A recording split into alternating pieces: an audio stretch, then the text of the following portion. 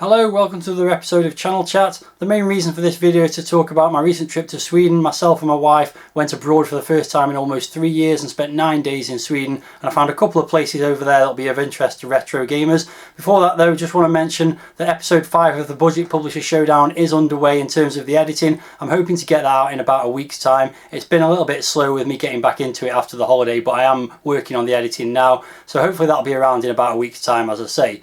Let's move on to talking about that trip to Sweden then. We started off in Stockholm, and in Stockholm there's a couple of bars that have got some arcade games in. Unfortunately I didn't have time to visit either of them in the end, but what I did visit was a shop that sells retro games called Gameshop.se that quite obviously suggests that they've got a website of the same name. This is in the main shopping area of Stockholm. It's a quite smart looking store along one of the main streets. Just looking in the window I saw a Commodore 64, NES and an N64, so that was a good start. Inside the store there's a mixture of old and new games. They cover all the latest consoles, but they've also got a good retro gaming selection. They've also got DVDs and toys and a pretty good range overall. There were no Commodore 64 games in there unfortunately, but there was quite a good PS1 section and I bought a game from that. They also had some Mega Drive games, handheld consoles and things like that, so there's plenty of stuff to look at. In the end I just bought the one game because I hadn't got a lot of luggage space and there wasn't really that much there that was hugely of interest. Prices are probably a little bit higher than you'd get on eBay as well, so I wasn't going to splash out a huge amount of money, so I just picked up one game just to show a little bit of support for the store. And that game was Disney's Dinosaur.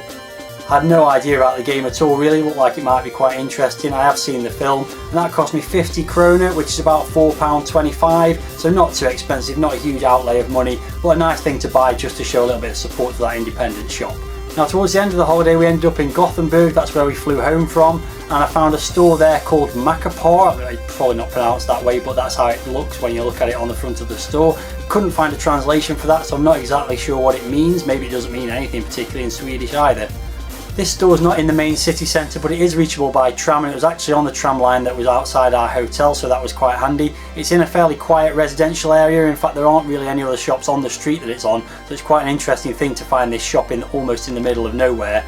And this is a proper Aladdin's cave of retro goodies. They've got everything in there from consoles, games, videos, comics, toys, skateboards, trading cards and all kinds of interesting stuff like old TVs and ghetto blasters and things like that as well.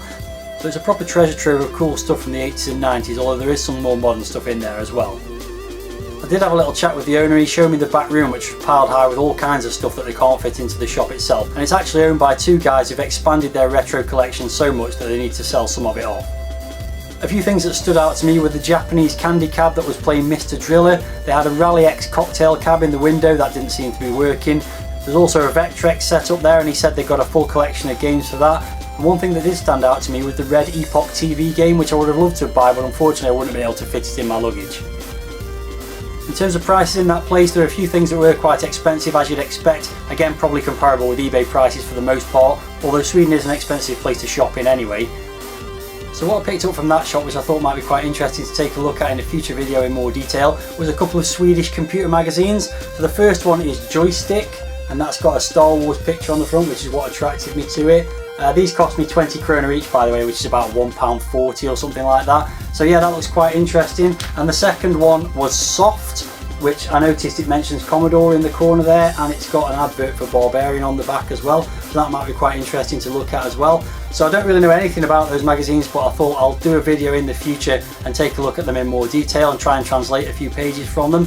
So that's all for this video. I'll put some links in the video comments for the shops so you can take a look at them yourself and see if you might be interested, and if you go to Sweden then maybe you'll check them out. So that's all for this one.